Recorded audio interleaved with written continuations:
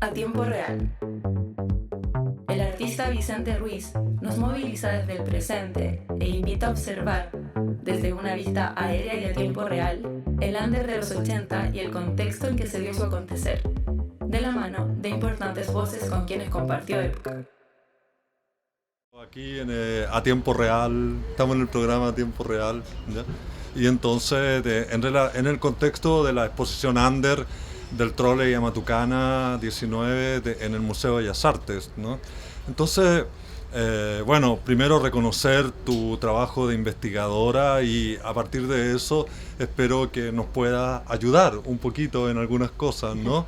La primera es como en relación a esto de que fuiste una de las primeras personas en detectar el trabajo de Ramón Grifero, ¿no? O sea, realmente que lo viste, ¿no? Desde una perspectiva, no quisiera decir académica, pero está revestida de esa profundidad, ¿no? Entonces, ¿cómo fue que entre tu persona fuiste y descubriste esto que estaba simultáneamente recién naciendo, que no tenía preexistencia en cierto modo? Bueno, en ese tiempo yo diría que las personas como yo, que éramos personas inquietas, dispuestas a impulsar y también a dejarnos bañar nosotras mismas, a atravesar por experiencias potentes que pudiera brindar el arte para poder descubrir en qué estábamos en ese tiempo en dictadura, quiénes estábamos siendo también como generación porque tú nueva. eras de esa joven. generación, sí, no yo era tengo la misma edad de Ramón, por claro, ejemplo. no eres una observadora, digamos, transgeneracional, ¿no? No. De fuera, estabas viviendo eso. ¿Cómo fuiste entrando a eso, ¿no? Claro, yo era parte y teníamos lazos, armábamos redes, ¿no? Había una necesidad de redes enorme, porque obviamente que la dictadura favorecía el aislamiento, todas esas leyes, digamos, de que no podemos juntarnos en grupo ni hacer nada, digamos, que tuviera un mínimo orgánico por el miedo a que surgiera ahí un activismo político. Entonces, frente a esa atomización que el poder imponía sobre nosotros, lo que buscábamos era la red. Entonces, estar atentos y atentas a quienes estaban abriendo espacios desde el arte para reflexionar, indagar, y también a mí me interesaba mucho, yo soy primeramente socióloga, cómo un tiempo corto de la cultura, es decir, lo que la contingencia nos estaba permitiendo vivir, también podía reflexionar lo que había sido la crisis, es decir, qué había ido siendo la identidad de nuestro país y de personas, cómo hubo quizás una fisura y una herida profunda, y cómo eso se rearticulaba, conteniéndolo, pero siendo otra cosa desde la generación joven, digamos, que llegaba, había participado, pero decía, mi propuesta está por acá. O sea, estábamos hablando de lo que correspondía hablar, y sin embargo el lenguaje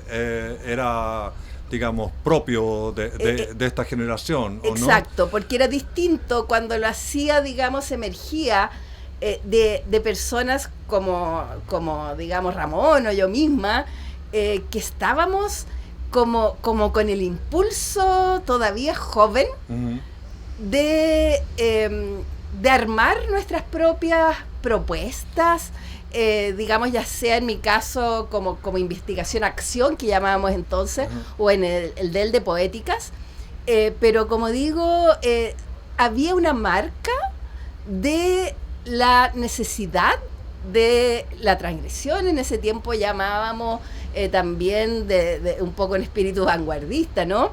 Que la transgresión no solo era en términos de lo que se permitía o no decir y hacer, sino que también acerca de los lenguajes. Y yo creo que el interés de lo que propone Ramón es que él tiene en su manifiesto la típica frase, no hablar como ellos hablan, no decir lo que ellos dicen, pero para él era disidencia de la disidencia oficial también, es decir, claro, de las formas que se habían ido estableciendo y que ya habían sido asimiladas. Yo digo como contracultura. Claro. Entonces, ¿cómo hacerlo desde otro lugar? Y yo creo que ese es el interés primero, digamos, del trolley y de luego Matucana. Porque tú te lo encontraste. Hoy día, si vas a ver una obra de teatro, pesa la investigadora, ¿no? Porque ya hoy día es difícil que no puedas tener esa lupa, sí. ¿No? ¿Entiendes? Sin embargo, ahí fuiste como una joven, sí, ¿no? Tal cual. Una joven que se encontró con esto y encontró que eran afines, que hablamos lo mismo. Además, Ramón Grifero también es sociólogo. Sí, no sé, tenemos mucho en común. Yo hablo de la parte humana, sí. ¿Entiendes? O sea, ¿qué te gatilló? Mira, a mí curiosamente yo conocí a Ramón una vez que él me fue a ver recién llegado de Bélgica a mi oficina para contarme que él venía, que tenía todos estos, proyectos y propuestas, pero que todavía no tenía redes suficientes. Entonces, ¿cómo podía una persona como él, retornado, activar un proyecto? Y eso yo lo conocí, como te digo, él casi recién bajado del avión. Entonces quedamos... ¿No lo conocías de antes? No, ya. Y nos quedamos como sabiendo que existíamos, pero él me dijo eso, voy a impulsar proyectos, no tengo redes, voy a ver cómo lo hago.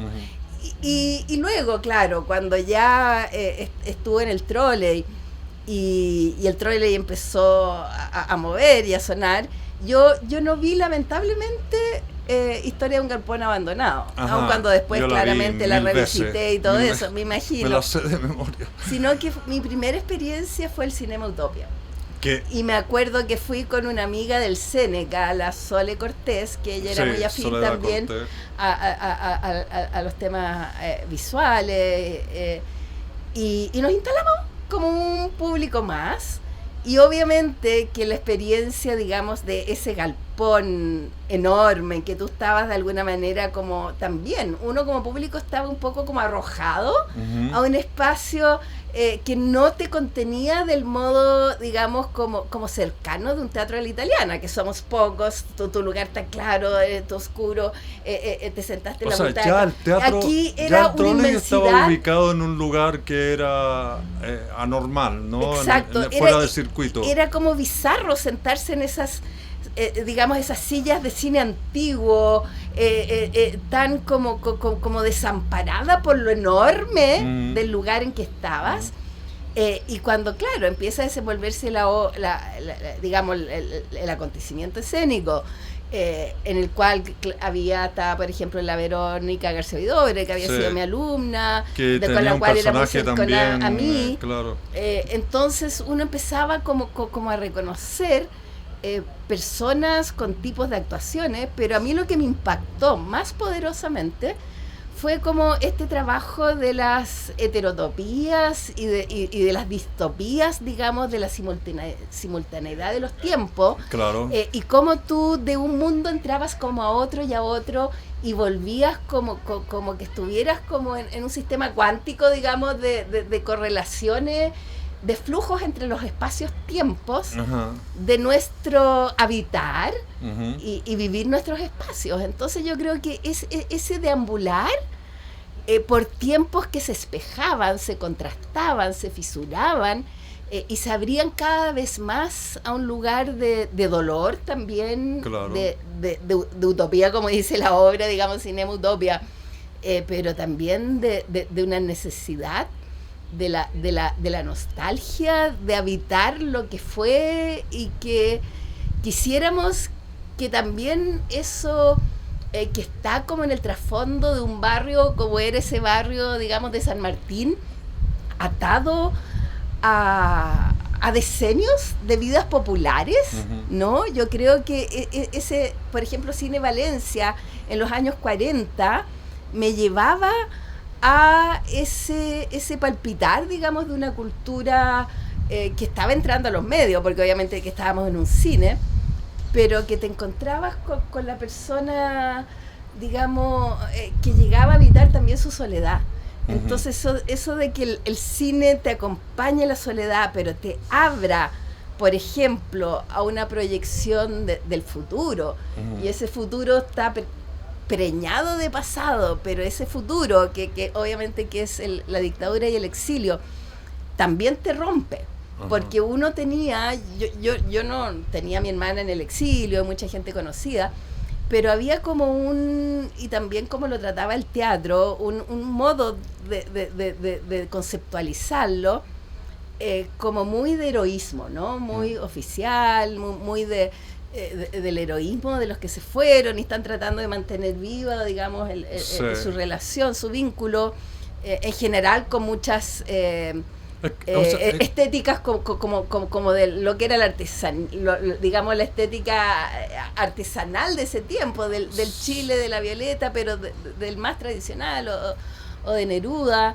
Entonces que te hablaran de un exilio en que tú podías tener experiencias, digamos, de un París también underground, ¿no? En que estabas ahí expuesto al abuso del dueño de casa, que te llevaba a modos sexuales, como violentándote, pero que también existía toda una sensibilidad homoerótica, junto con bisexual, digamos. Entonces habían temas que aún no se abrían de ese modo, tan claros, y que estaban envueltos en un momento, digamos, de la crisis más profunda, que era el estar totalmente herido por esta herida de un tiempo que nos fisuró, ¿no? Y un espacio. Y también quienes estaban en el exilio estaban fisurados con respecto a lo que estábamos acá,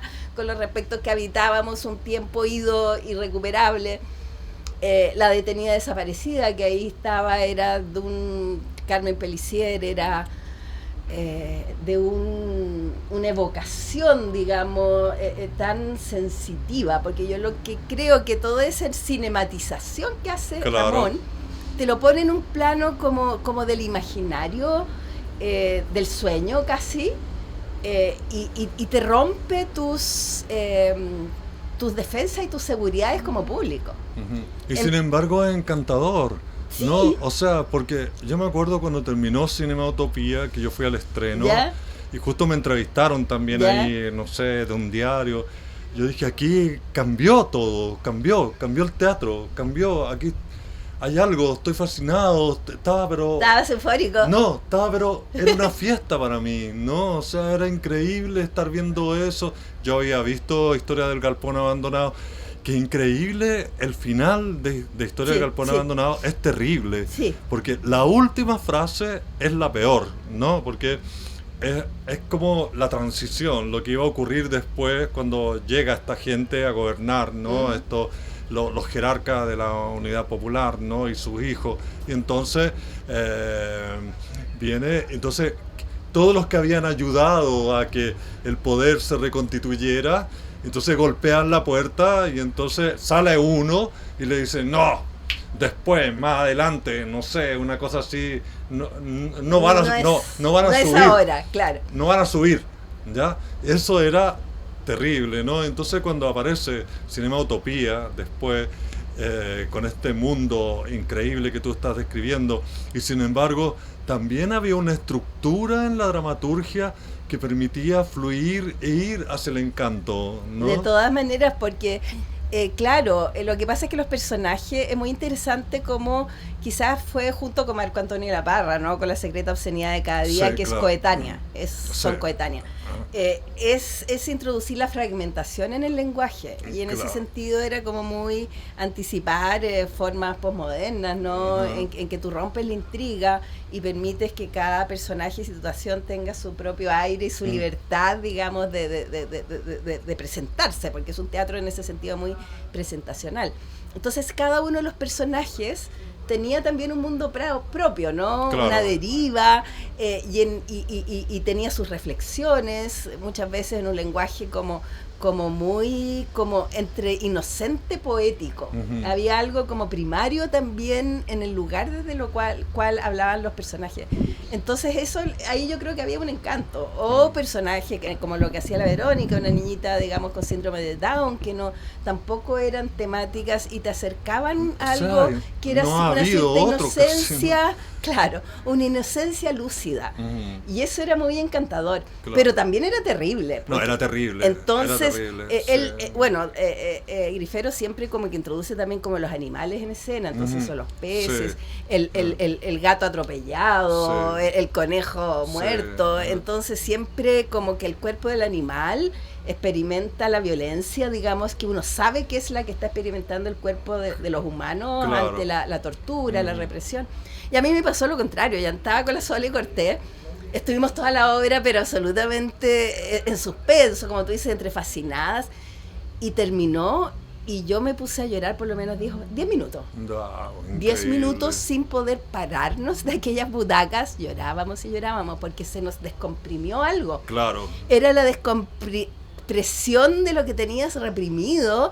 Y claro, que lo que tú dices, de repente también eso encantador nos permitió liberar. Obvio. Y Te permitió sí, confrontarte. confrontar, Claro, sin defensa. Sin distancia. Exacto. ¿no? Claro. Entonces el llanto fue tan largo y tan, me acuerdo que como decir, pero en ese llanto estaba también el reconocimiento de decir cómo me pueden haber llevado a un lugar tan límite, bello y también, digamos, Doloroso. de profundización del horror. Y claro, el romper, yo diría, con el teatro de la Italiana, la gente que vamos mucho al teatro, es también una libertad de usar espacios, digamos, que permiten esto que dije, pues las heterotopías y las distopías, el deambular, ¿no? Sí. Por diferentes Las presencias, ¿no? La presencias presencialidad cambia, ¿no? O sea, y entornos culturales y también estéticos, porque tampoco Grifero que te fije mucho en las poéticas de las épocas, y eso hacía, digamos, una libertad del entrar cada vez más allá. Yo creo que era como un misa en abismo, ¿no? Te metías en el abismo y no sabías dónde paraba ese abismo. Me parece interesante ¿cierto? lo que hablas de la libertad, ¿no? Porque en el fondo pareciera que cuando aparece el trolley hay una especie, un efecto de libertad, Sí. liberador, ¿ya? En torno al arte, ¿no? Y aparecen también un tipo de identificaciones. Yo no uso identidad, Claro, no ya. uso identificación, ¿ya? Identificación no identificada, ¿no? Que era como, ¿qué es esto? ¿Quiénes son estos? ¿No? ¿Entiendes? Y entonces esta simultaneidad también ocurrió desde ti como joven, ¿no? Como persona, como ciudadana. Exacto. En el fondo tú llegaste ahí no como la representante de la Universidad Católica, ¿no? No, Llegaste ni como el una, Séneca. claro, llegaste como una joven que llegó a una fiesta a ver una obra de teatro y participaste también de otros eventos ahí en el trolley, ¿te quedaste ahí residente o fuiste solamente a eso? Claro, no, también, claro, yo como que siempre estaba como estábamos todos en ese tiempo, ¿no? Como con la percepción muy alerta a lo que estaba ocurriendo y claro, de ahí, por ejemplo, a La Moria 99 es muy poderoso, claro, que también ahí ya, porque quizás tendríamos que decir que el 84, cuando se funda Sí. el trolley, ¿no? Que el año nuevo del 83 al 84, simultáneamente en el país están ocurriendo ya las protestas. Sí. Entonces hay una apertura en las transversal en la sociedad Hay un de quiebre la posibilidad de manifestarse, de la ¿cierto? cadena, Exacto, digamos, autoritaria. claro, o sea, hay una ruptura, ¿no? O sea, exacto. social, ¿no? Hay una ruptura social y hay una posibilidad de aparecer en público con tus posiciones disruptivas y pero de una manera manifestarte, natural, ¿no? O sea, claro. a mí, yo, con las performances, nunca pensé en proponer algo para de romper algo. Claro. No, o sea, era lo que me nació hacer, ¿no? ¿Entiendes? Claro. Como arte. Yo pensaba que estaba haciendo arte, no otra cosa. Claro. ¿Entiendes? Entonces, pero siento como que en realidad hubo una sincronía de transformación, ¿no? Que se produjo en distintos ámbitos, ¿no? O sea, aparecen las revistas también por ahí, estas cauces, no sé qué, sí, etcétera. Hoy, APSI. Claro, ¿entiendes? Donde ya hay otra manera de hacer periodismo, qué sé yo. Las ¿no? alternatividades eran muy poderosas, porque claro, yo trabajaba por una parte en la Escuela de Teatro de la Católica, en que intentábamos siempre encontrar, digamos, el modo de poder, claro, la metáfora o de seguir apuntalando aquello que nosotros queríamos, digamos, que en el país existiera o apareciera. Entonces, pero también estábamos todos como con los pies en distintos lugares, porque cada lugar tenía su propia potencialidad. Sí. Entonces, por ejemplo, en mi caso, yo estaba en el Seneca, que era el centro de creación, y que nació desde la EAC de la Católica, ¿no? Venía de la Católica, entonces, que era top. Era top, entonces teníamos los dos lugares, estar en la Católica y estar en el Seneca, y que fue muy multidisciplinar también, porque yo diría que esos espacios alternativos cultivaban la multidisciplinariedad, porque el país estaba el mismo, digamos, la gente abriendo espacio en todos los ámbitos, ¿no? Claro. Entonces, eso con es lo que nosotros generación claro, lo que tú dices, imagínate que en la música, ¿no? Los prisioneros, claro.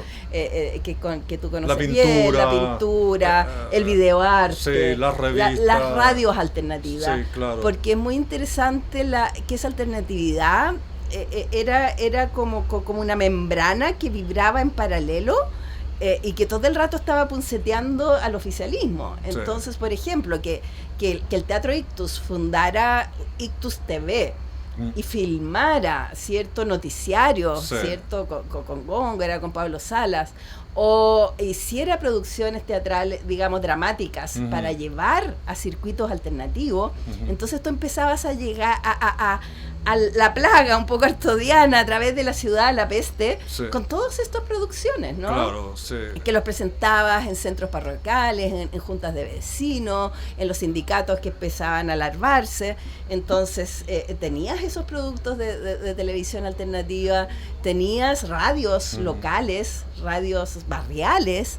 Entonces lo que llamábamos nosotros los microorganismos expresivos estaban multiplicados. Había pero una multiplicidad increíble. Impresionante. Claro. Y ahí aparecían los jóvenes, digamos, haciendo otras músicas, y que de repente, claro, se conectaban con los prisioneros, hacían lo propio. Los prisioneros, ellos mismos habían sido jóvenes de liceo. Claro. Entonces, esa simultaneidad empezó o la posibilidad de la tecnología, ¿no? Hoy día los jóvenes dicen, bueno, nunca se había usado tanto la tecnología para el arte como hoy.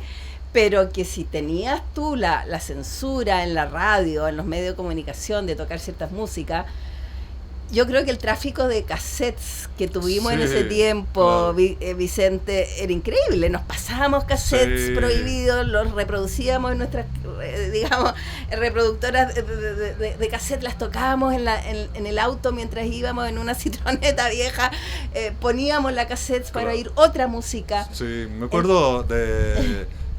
teleanálisis, que tú arrendabas un VHS con noticias, ¿no? Y también la Consuelo tenía un deal muy lindo que reproducían películas que no se veían en Santiago, y entonces la arrendaban, ¿no? Y entonces era como de arrendar video que ocurría, pero con películas que no... Exacto, la alternatividad. Había una sed, digamos, de encontrarse con aquello... que tú sentías que tenía una sintonía, digamos, como muy contemporánea, muy vanguardista, y a la vez muy afín a la sensibilidad que uno estaba teniendo. Aun cuando hay que decir igual que durante la Unidad Popular también hubo sus restricciones, digamos. O sea, tampoco vamos a decir que todo fue abierto. Ellos cortaron, por ejemplo, distribución de muchas grandes distribuidoras de cine que no llegaron acá. Claro, sí. Entonces yo recuerdo que con la Giselle Munizaga y otra gente de la Escuela de Teatro, con la Alicia Vega, descubríamos las películas que no pudimos ver durante el UP, que sí ahora podíamos ver. Ya. Entonces todo ese alma cinéfila se podía nutrió reconstituirse. a reconstituir lo que también habíamos perdido, porque Claro. tampoco lo tuvimos todo en cada momento, y eso es muy complejo de pensarlo a lo lejos, ¿no? Sí. De que lo que se te abrió como posibilidad en un tiempo te negó otra. ¿Por qué siempre hay que negar algo? ¿Por qué las ideologías ¿Por qué el te mercado, restringen? los distintos mercados, Pero pensemos en en la ese caso Unidad eran Popular políticos, como un no, mercado, era político. claro, también, bueno, que es como el mercado del fondar, que también es un mercado político, Claro. ¿no? O sea, la pauta, ¿no? La pauta, la dolorosa pauta Claro. del fondar, ¿no? ¿Entiendes? Entonces, en el fondo, siempre, no es que siempre, ¿no? Pero hay un mecanismo de invisibilización de ciertos contenidos, formas, etcétera, pero que de repente se escapan, ¿no? Como este trolley que aparece y aparecen toda esta gente alrededor interesada, todos estos seres que vienen de distintos barrios, que no se preguntan de dónde eres, que no se preguntan su sexualidad, que no se preguntan lo que estudian, que, ¿entiendes? Y sin embargo acceden a una comunicación, a un afecto, a una colaboración, a un hacer desde distintos roles, ¿no? O sea, uno el que lo estudia, el otro el que lo crea, el otro el que colabora, la mamá, lo que hablábamos recién, la mamá que presta los maquillajes y viene a maquillar, y así, ¿no? Las ropas, etcétera.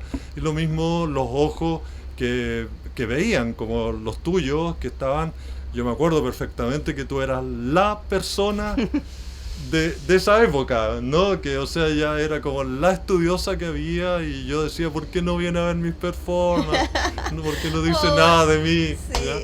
Claro, porque No, bueno, no nosotros decía nos eso, por si acaso. en el Seneca, por ejemplo, como ser, éramos muy gramscianos, ¿ah? Entonces la idea del intelectual orgánico que podías, a través de una sistematización, que quizás Claro, te da tu sí. oficio, o tu disciplina. Sí. No pensaba eso. Claro, cómo armar los circuitos, ¿cierto? Y también había como una conciencia muy clara de que la dictadura quería como en ese silenciamiento que tú dices también era borrar huellas, que no quedaran esas Claro, huellas sí. para alimentar, digamos, otros tiempos, o sea, cortar lo que siempre hace la cultura, que son los flujos. Y nosotros nos dábamos cuenta que eso estaba ocurriendo en ese aquí y ahora. Entonces nosotros, por ejemplo, yo hice todo un trabajo en Seneca que se llamaba Modos de hacer y pensar el teatro en Chile actual. Y yo trabajaba con los grupos y conversábamos mucho sistemáticamente cuáles son tus metodologías, tus impulsos, tus recursos, tus públicos, por qué armas una obra con esos lenguajes, qué ocurre cuando eso llega a públicos A, B o C, qué dinámica. Claro. Entonces, todo ese procesamiento de los procesos creativos quedaron como consignados, y hoy día valen oro porque otros medios no estaban disponibles para que esa memoria artístico-cultural se plasmara, ¿te Claro, fijas? ajá. Entonces lo que nosotros nos importaba hacer y armar colectivos de discusión, o sea, nosotros armábamos seminarios entre los creadores como más activos, los poníamos en contacto, en cruce con regiones, teníamos mucho con las distintas, digamos, también comunas de Santiago. Yo creo que había como si bien hoy día se supone que es el tiempo de la comunicación fácil, yo creo que Santiago para nosotros lo conocíamos más. Habían 3 millones igual y medio de habitantes, pero las comunas como más activas que uno se movía, podía fácilmente ir a Quinta Normal al fondo, o a Maipú. Había como tú dices, un circular muy fluido y que como que uno lo hacía a voluntad de mantener contacto con el Chile real, no sé si me entiendes. Sí, de claro. cuál es este Chile que estamos. Entonces ya con los jóvenes, con meterte en los colegios, meterte en los clubes vecinales, ir Sí, a las Concepción, parroquias ir a eran Antofagasta, increíbles.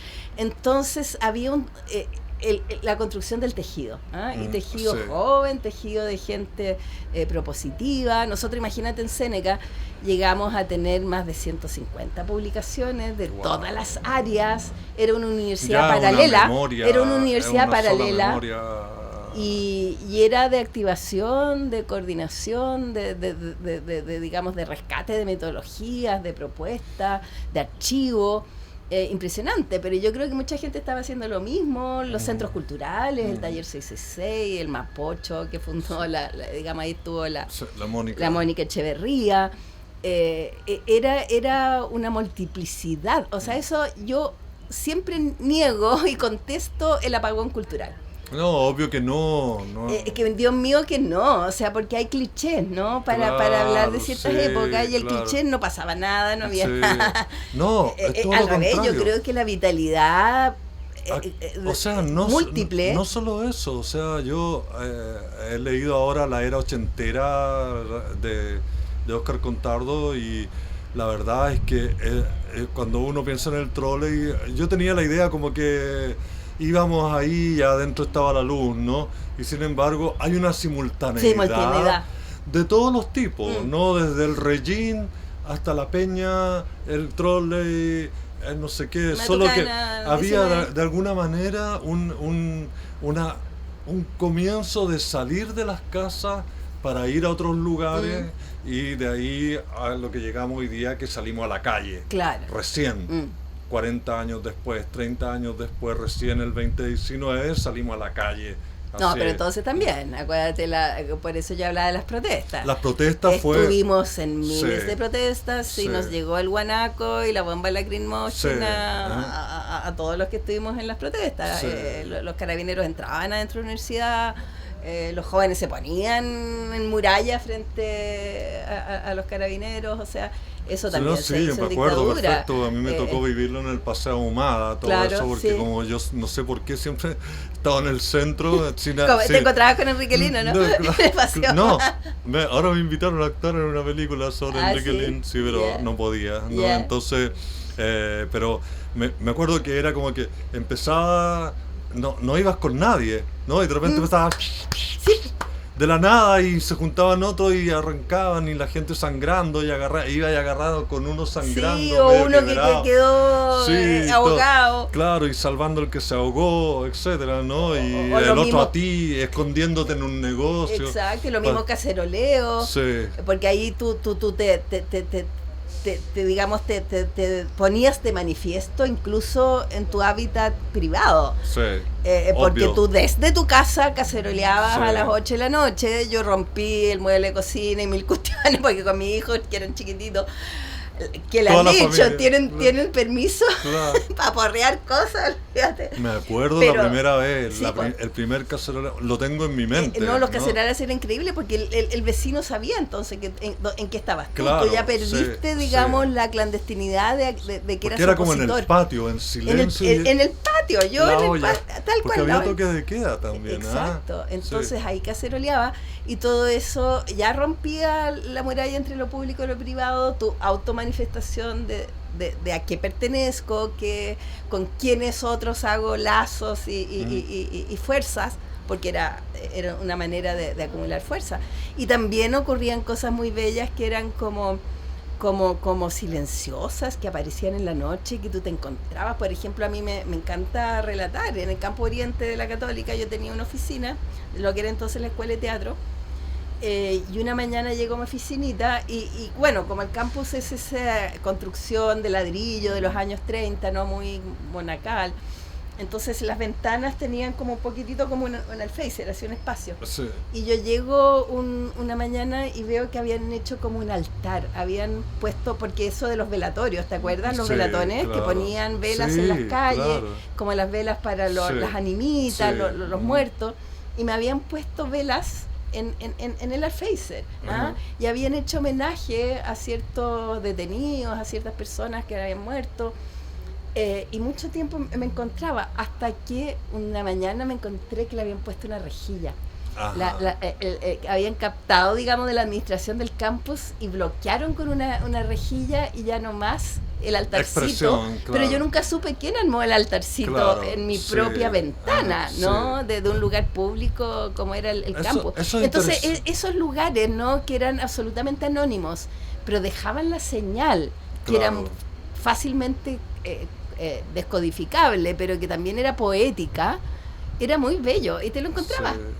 Sí, la católica tiene que ver con mi vida, porque yo di el examen en la católica y hice me acuerdo perfecto, hice una locura tan grande que no me dejaron. Me acuerdo que cuál fue la opinión, así como que ya más o menos que el germen del mal, ¿no? Porque me acuerdo que como que en un minuto todos nos tapábamos con un trapo negro que era no sé qué cosa, y yo venía y lo rajaba así entero, y eso fue terrible, ¿no? Después fui a las Chile, ya había aprendido un poquito y ahí entré con la mejor nota, ¿no?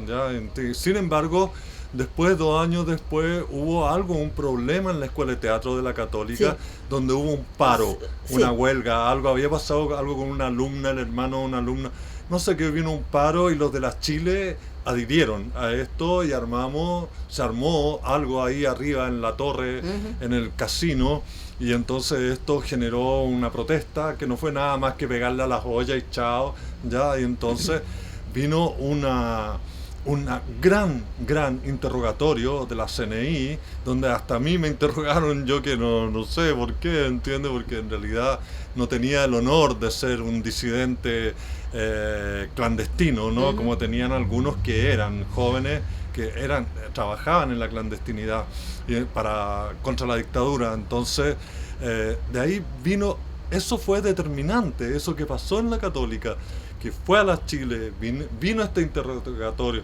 Algunos los echaron de la educación, digamos, no solo de la universidad, sino de la educación chilena. A otros los suspendieron y a mí no me dijeron nada, fueron pesados, pero aparecí con nota 1 en todos los exámenes, ¿no? Siendo que era el alumno que tenía las mejores notas, ¿no? Entonces fue algo increíble, y de ahí yo dije, no, quiero hacer performance, que ya era algo, y que era que este SNI me decía cada rato, pero ¿qué es lo que hacen ustedes esto de las performances que hacíamos en los recreos, ¿no? Y entonces dije, no, yo me voy de acá, nunca voy a actuar este estilo de actuación, voy a hacer performance, y aparece Hipólito, ¿no? O sea, como primera cosa, ¿no? Y cuando aparece Hipólito, te cuento algo, ¿no? Que tiene que ver contigo, con tu historial, ¿no? Se juntan, y entonces viene Verónica Ursúa, y yo no bailaba en Hipólito, y me dice, tú hiciste esto, ven a bailar conmigo. Y me fui a bailar con ella 10 años, no sé cuánto, fue mi mentora, y ella me dijo, te voy a mostrar un método, que era de Martha Graham, ¿ya? Sí. Y me dice, porque tú tienes un método dentro de ti, y era el método del tiempo real, que fue lo que he hecho en esta vida. O sea, ya hay una sola cosa que he hecho, es el método del tiempo real, ¿no? Entonces, me parece como los espacios, los campos, se unen a partir de los hechos, ¿entiendes? Y cómo estábamos ahí también en el estreno de Cinema Utopía, sí, claro, reaccionando con este llanto, risa, yo con un algarabía, pero igual era una liberación, ¿ya? Y entonces, pero siento como que a partir de esta observación que tú haces de las metodologías, ¿no? Como, ¿cuál es la donación que hace el Trolley ahora que vemos la exposición, ¿no? Que podemos mirar hacia atrás a través de una excelente curaduría, ¿ya? De Juanjo Santos, ¿no? ¿Cuál es la donación de ese periodo o de esa acción, dramatúrgicamente hablando, de la dramaturgia, ya que tú puedes verlo? Claro. Tiene que ver, pues yo no me veo donando nada, ¿no? O sea, no siento que nadie se parezca a mí hoy día, o distinto a mí, ¿no? Claro. Bueno, yo siento que lo que ocurrió en el Trolley tenía que ver con mucho con lo que propone también Grifero, que tiene que es la dramaturgia del espacio, o sea, de que tú te des cuenta que un cuerpo humano en el espacio, con una gestualidad, con una conciencia, que ese cuerpo en sus gestos va, digamos, construyendo un accionar que abre y mueve y extiende las perspectivas posibles, digamos, de operatividad del cuerpo humano para poder expresar algo más profundo y quizás que aún no existe y que adviene a través de esa, digamos, corporalización. Y por otra parte, en el caso de Grifero, él trabaja muy fuertemente las alegorías también, como distintos cuerpos que muchas veces están investidos a través de unos vestuarios muy específicos y en posiciones y con ciertas objetualidades. Te arman, claro, unas alegorías que trascienden el tiempo, digamos, de su propia gestación. Claro. Porque siempre en la alegoría, como dice Benjamin, digamos, tú traes todo el pasado y te proyectas al futuro en una síntesis de poder, digamos, hacer coexistir elementos que hasta ahora nunca habían estado reunidos. Entonces, eso tiene una potencia enorme. Y si uno mira, por ejemplo, yo creo mucho en la fuerza que tiene la fotografía de lo que fue. Por eso yo he trabajado mucho con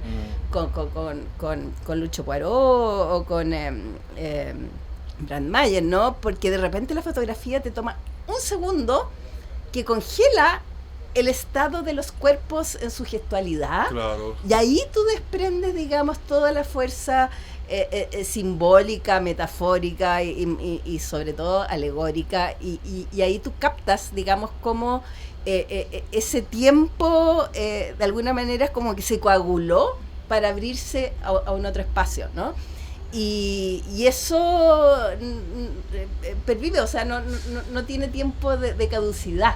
Claro. Yo siento que por eso una exposición como Ander, y que te pone ante esos registros, la vitalidad de lo que entonces se vivió, si tú te pones, digamos, en la perspectiva de una sensibilidad de conexión, algo vas a en esa sintonía a volver a experimentar lo que ese tiempo real, cómo volver al tiempo real. Claro. La performance dice el tiempo real no se puede volver, es una vez claro, o no más. Es un nuevo tiempo real. Claro, pero ese nuevo tiempo real, ¿cómo podrá despertar con esas materialidades? Y claro. yo, Vicente, aun cuando no vi digamos, las obras en tiempo real entonces, si yo veo, por ejemplo, en el video que hizo Matías Cardone, ¿no? Esa performance de los zapateos, esa no se llamaba en vivo, ¿no? En vivo. Claro. ¡Oh!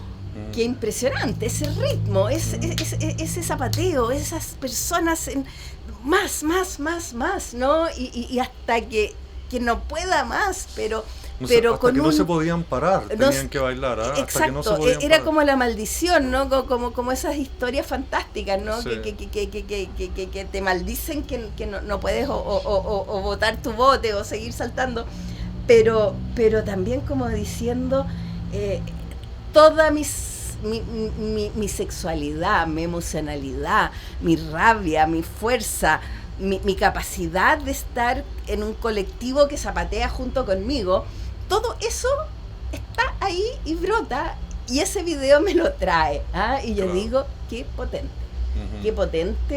digamos, hacer una danza que no pretende como tener, como tú dices, ni un guión de argumento, no había argumentación, había el solo hecho del cuerpo ejecutado de esa manera, traía ya toda esa potencia, digamos, de estoy aquí, estoy en una persistencia de voluntad hasta ir más allá y romperme a mí misma, y también hacer vibrar a los cuerpos que están coexistiendo, porque tenías al público muy cerca, muy sentado en el suelo, muy informal, pero la estructura de eso tenía una formalidad también metodológica. Obvio que sí. De una forma, de un rigor. Yo soy atroz. Entonces, como el rigor. Sí. Entonces tú dices, eso es herencia para mí. Y me gustaría que mis estudiantes experimentaran eso para que lo reutilicen. Claro, en lo que hoy día tanto se habla, digamos, del tema de la performance y del cuerpo activo. Sí, ya ¿no? que hoy día es como increíble, ¿no? O sea, bueno, ahora ya con performatividad ya todo es performance, digamos, o sea, los estudios ya cualquier cosa. Exacto. No está investida de los símbolos, ¿no? De lo simbólico, más bien que de símbolos, ¿no? Ya de su lectura, ¿no?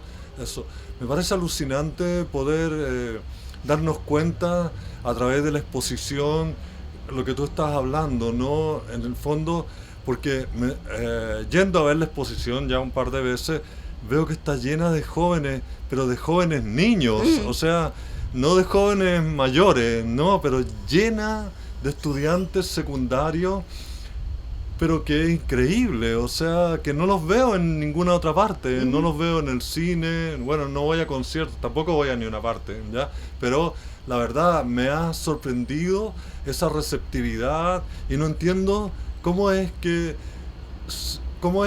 llegaron, cómo es que llegan, cómo fue que llegamos al trolley mismo, ¿entiendes? O sea, cómo fue, sí entiendo hoy día que, ya que he reformulado mi concepto de lo que es crear, que es salir al encuentro del otro, ¿no?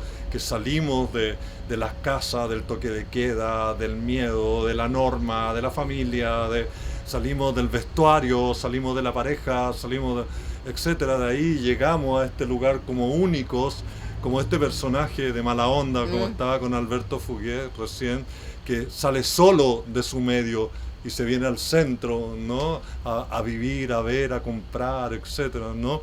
Entonces, creo que en ese sentido siento como que este salir al encuentro del otro también es una manera de generar un reconocimiento en el otro que no necesariamente necesita de identificarlo.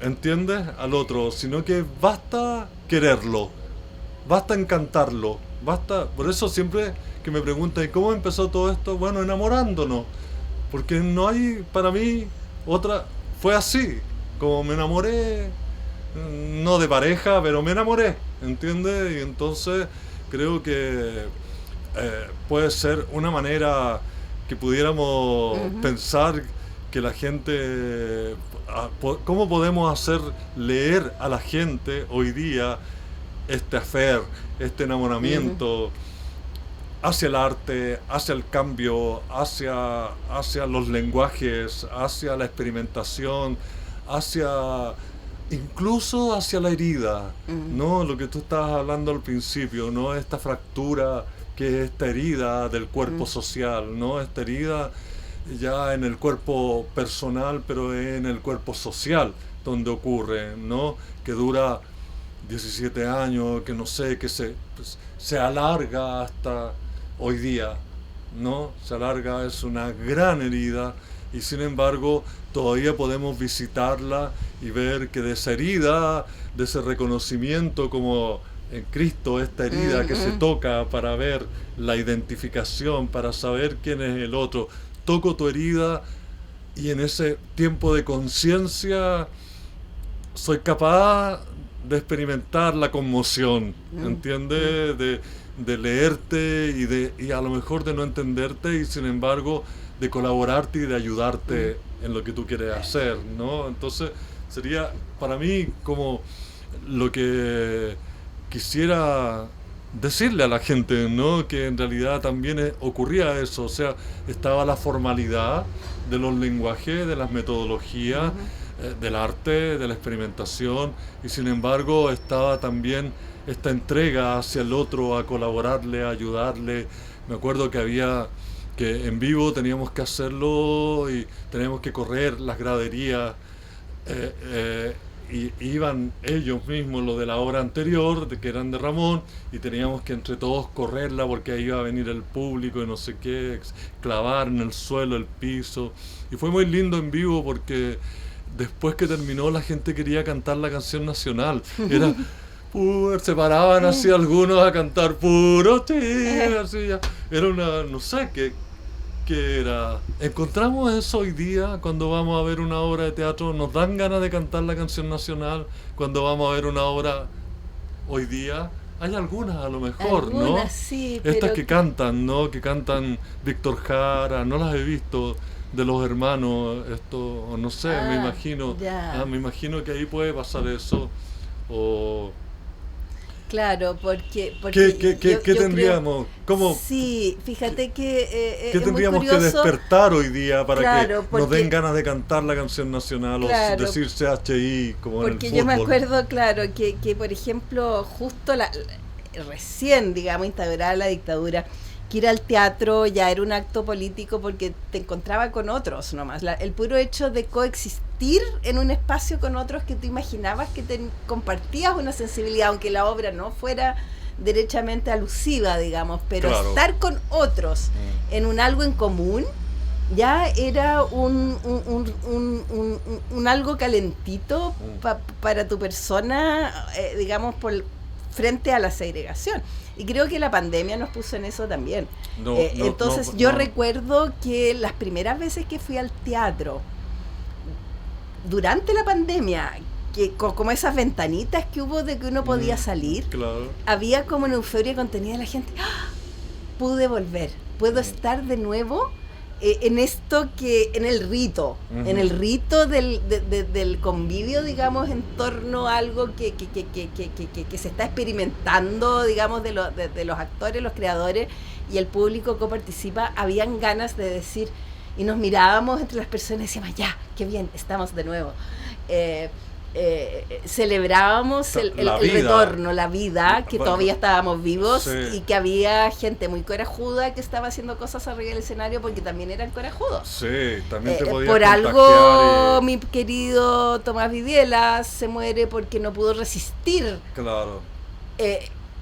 Pararse arriba del escenario y se adelantó, ¿no? Lo mismo que le pasó, digamos, en la dictadura, que había gente que no calibraba bien en qué momento podía decir qué cosas y le cayó la represión dura, sí, como a la Aleph, digamos, sí, porque no calibraron. Desaparecieron 3, ¿no? Uno, sí, claro, dos. Dos. John McLeod y la mamá, claro, claro, un actor, sí, y la madre de... Y el otro se fue a Pisagua, claro, ¿no? Entonces, cuando tú no captabas, podías pagarlo con la vida. Y con la pandemia ocurrió lo mismo con algunas personas, digamos que...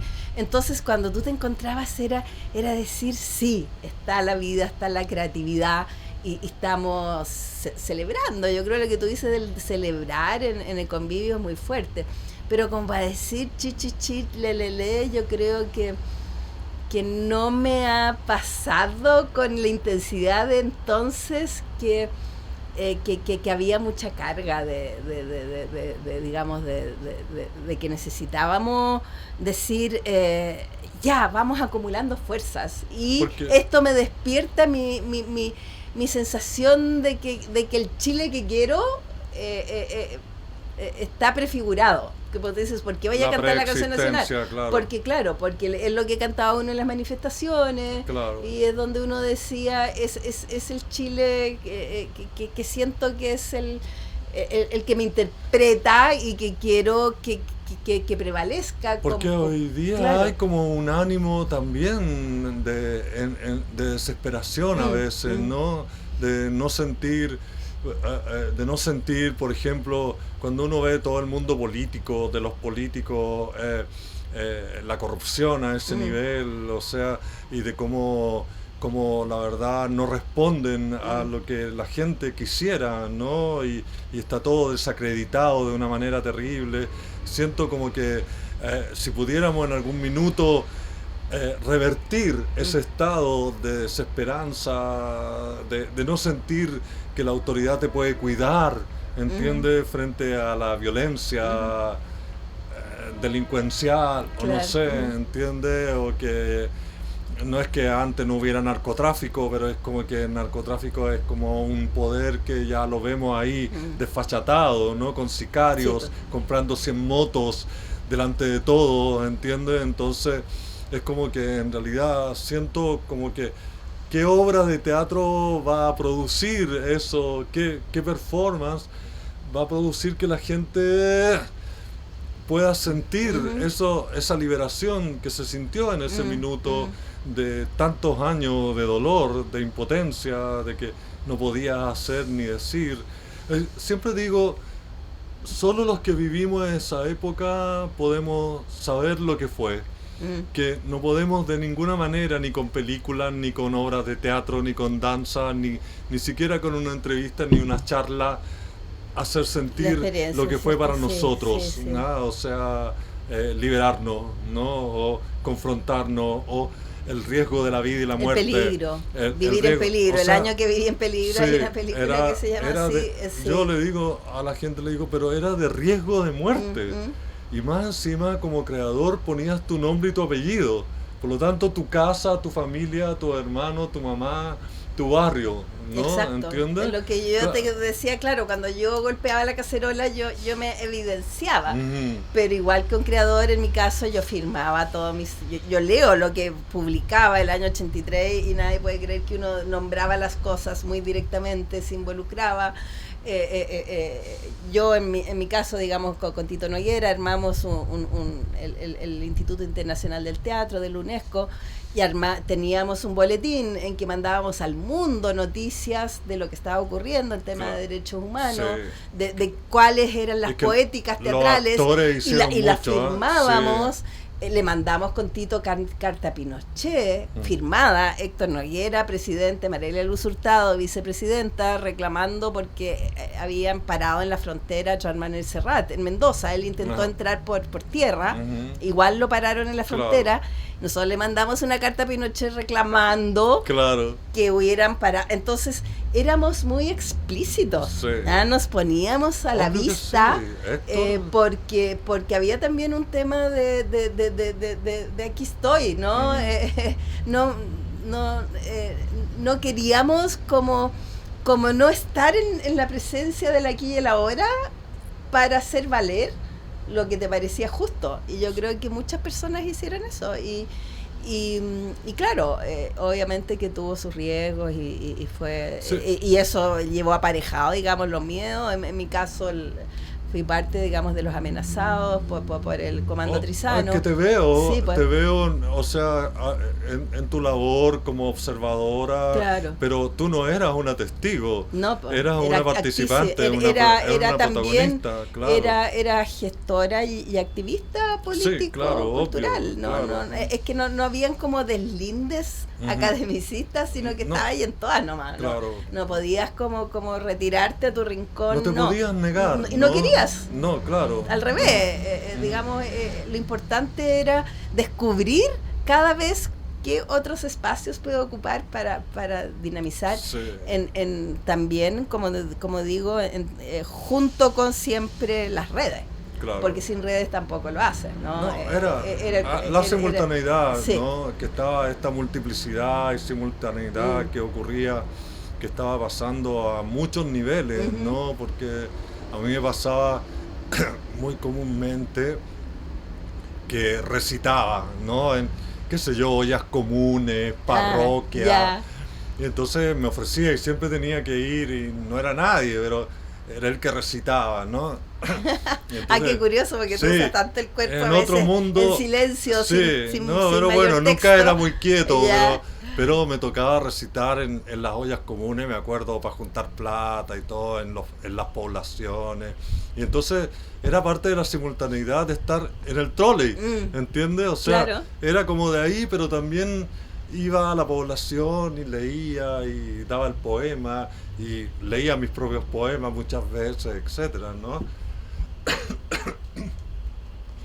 Pero me encanta, en el fondo ahora me doy cuenta, ahora que estamos conversando, el rol activista que tenía, ¿no? Ahora que me hablas del Seneca, porque me doy cuenta lo importante que era en esa época, ¿no? Como como un bastión de estudio y también de legitimar, ¿no? De legitimar las formas, ¿no? Los lenguajes, los idiomas que estaban en el fondo leyéndose o proclamándose o atisbando a decir algo, etcétera, ¿no? Entonces me parece como que ya las preguntas que en un principio empecé haciéndote como observadora, o sea, como qué es lo que dona esto hoy día, ¿no? Y ya veo como en el fondo estos estudios metodológicos dan forma en sí mismo a toda una época de creación que se prolonga hasta hoy día, ¿no? ¿Entiendes? O sea, yo trato de leer estas líneas que llegan hasta hoy, ¿no? O sea, como son claras o tenemos que decir cuáles son, empezar a decirlas, ¿no? O sea, esto está aquí hoy día porque esto estuvo acá antes. Eso. ¿Comprendes? ¿Entiendes? Capaz que sea la misión de Ander, ¿no? ¿Entiendes? También, ¿no? De decir, que lo estaba diciendo recién, ¿no? O sea, en el fondo, como no es una deuda, no es un débito, ¿no? Es, en el fondo, aclaremos, lleguemos a esa claridad, porque entendiendo ese puente que no está roto, que es capaz de vivir hoy día en las nuevas generaciones, vamos a estar claros primero en lo que se hizo, en lo que trascendió, ¿ya? Y en lo que se puede proyectar, ¿no? ¿Entiendes? Como en el... Siempre hablando de arte, ¿no? Exacto. Siempre hablando de arte, claramente, ¿no? Claro, sí, todos los eslabones son muy necesarios y bueno, yo como igual que tú soy profesora en la universidad y converso mucho con los estudiantes. Me gusta mucho que descubran la vitalidad también de lo que ha sido las historias artísticas de la humanidad, no solo de Occidente. Y claro, el otro día hablábamos, por ejemplo, de los inicios del siglo XX en el mundo, como esos teatros de variedades, ¿no? Que se nutren de fuentes tan múltiples, Sí. que es tan importante pescar el clown, Sí. la persona que hace teatro sobre una mesa en una feria en la calle, ¿cierto? No sé, a los trapecistas, como entra de repente elementos de la comedia del arte, pero que incluso viene desde China y bueno, son crisoles de una vitalidad. Claro. Que de repente hoy día se dice, bueno, el posmodernismo, pero el teatro de variedades ya lo hizo, y aquí nuestros bohemios de los años 20 también. Entonces, yo creo que revisitar siempre es una manera de impregnarte de vitalidades múltiples y siempre tú vas a procesar desde tu hoy. Es imposible, o sea, yo siempre me imagino que tú haces lo mismo con tus estudiantes. ¿Cómo lo lees desde hoy? ¿Cómo te llega con tus problemas, tus preocupaciones, tus poéticas? Actualiza, activa, haciendo que tú mismo, digamos, abra sus dimensiones cognitivas, sensoriales, O sea, creativas. Entonces yo soy una gran convencida de que si no estamos en contacto con fuentes nutricias, vamos a ir cada vez empequeñeciendo, porque vas a pescar quizás de modo muy mecánico lo que se te está ofreciendo sin la hondura de la complejidad, claro, de y su también gestación. está de la autolectura, ¿no? O sea, como que en el fondo yo a los alumnos, hoy día mismo le estaba hablando, ¿no?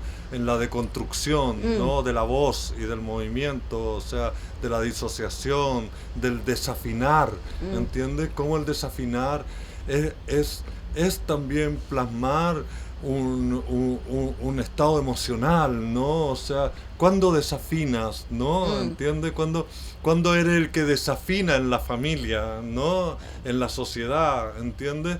Cuando la voz se quiebra, ¿no? Se quiebra, cuando el movimiento se choca y se entorpece y no sabe decirlo, y, ¿entiendes? A eso me encanta. ¿Entiendes? Sí. Entonces creo que en ese sentido que no es la desafinación, es la dodecafonía, ¿no? Exacto, Ya porque estamos claro. pasando, digamos, dodecafonía, ¿no? Entonces, pero como en el fondo desafinar es a veces la manera en que se te sale, se te arranca, Exacto, claro. se te impulsa hacia afuera lo que una gran emoción, una gran herida, o tal vez no una gran herida, las heridas, la pequeña herida, te empuja y hace salir lo propio, lo único, lo singular, lo que no estaba antes, lo que se escapa de la preexistencia, lo que no se habló antes,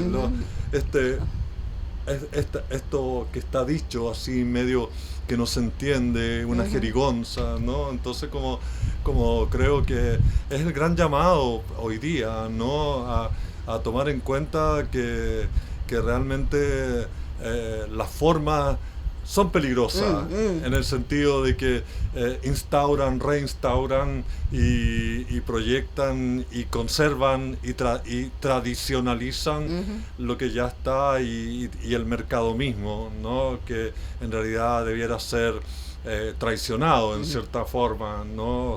El estado del arte estamos hablando, ¿no? Entonces pienso que en ese sentido podemos todavía llegar a apuntar a esa energía que está ahí invisibilizada en este intersticio entre intervalos de reconocimiento y sin embargo no tiene nombre, está oculta todavía. Creemos que está todo a la luz y sin embargo todavía hay cosas que podríamos explorar, ¿no? Que den ganas de cantar la canción nacional cuando las vemos, no sé, ese tipo de cosas, ¿no? Claro. O cantarla como la hacía la Negrester, que a mí me encanta eso, cómo se filtra, por ejemplo, el ánimo iconoclasta, satírico, cazurro de Roberto Parra con la cueca chora, y entonces de repente esa canción nacional está totalmente distorsionada, entonces si tú la quisieras cantar no podrías, porque de repente, como tú dices, desafina, hace no unas armonías, no, además ponían unas armonías que no eran y que jugueteaban con ¿cierto? Con la cueca chora, con el jazz, y era y no era todo el rato, claro. ¿No? Y no sabías si pararte como para darle el homenaje a la canción nacional o quedarte sentado y reírte. Yo encuentro que ponerte en esa disyuntiva, digamos, del dislocamiento, sí. que hace Andrés Pérez con Roberto Parra, claro. Con cómo trabajan la canción nacional desde otro lugar, era fascinante. Sí, creo que hay un minuto en que el artista tiene que poner en crisis ahí está. Lo que habla, él mismo de sí mismo. No, lo que canta, porque claro, que no digamos, sale lo que expresa, claro, no sé, su motivo, no sé cómo llamarlo, ¿no? Su lenguaje, etcétera. Yo vivo en eso todavía, hoy día, así como estoy en este tema del Alzheimer, cómo el Alzheimer puede entrar en la forma, ¿no? O sea, claro. El olvido, cómo puede, la borradura, ¿no? La borradura, cómo puede ser forma la borradura, ¿no? Sin que sea ilustración, ¿entiendes? Bueno, yo he tenido un proyecto, nunca lo he hecho, porque como trabajo tanto con las imágenes, ¿no? Y tú mismo trabajaste con la imagen de la imagen y la materialidad de la bandera chilena. Claro. O sea, tantas las maneras en que se ha ido, digamos, trabajando en relación con el cuerpo, con su, como tú dices, veladura, su rotura, su engrandecimiento. Andrés Pérez, claro, lo hace, La Negra hace con la canción nacional misma, digamos, como sonido, como música. Y canción, pero por ejemplo, La Pérgola de las Flores que hacen en la estación Mapocho es una bandera gigante que de repente cubre todo el espacio de los estudiantes que están, digamos, en la protesta. Impresionante la ductilidad de una misma supuesta materialidad bandera, de cómo la puedes, digamos, ir trabajando desde el cuerpo y su propia materialidad, para armar cada vez una cosa diferente también que tiene que ver quizás con los momentos como tú sientes tu vínculo, ¿no? Con Claro. lo que ella representa hoy día, Sí. que claro, que tanto sea. Pero lo que tú hiciste, ¿no? Con la Con la en el Patricia, Museo de sí. Bellas Artes. Ujú. O sea, podríamos hacer una comparativa que sería fascinante. Sí, sí. Sí. Hoy María de la Luz. Bueno. Yo feliz de esta conversación.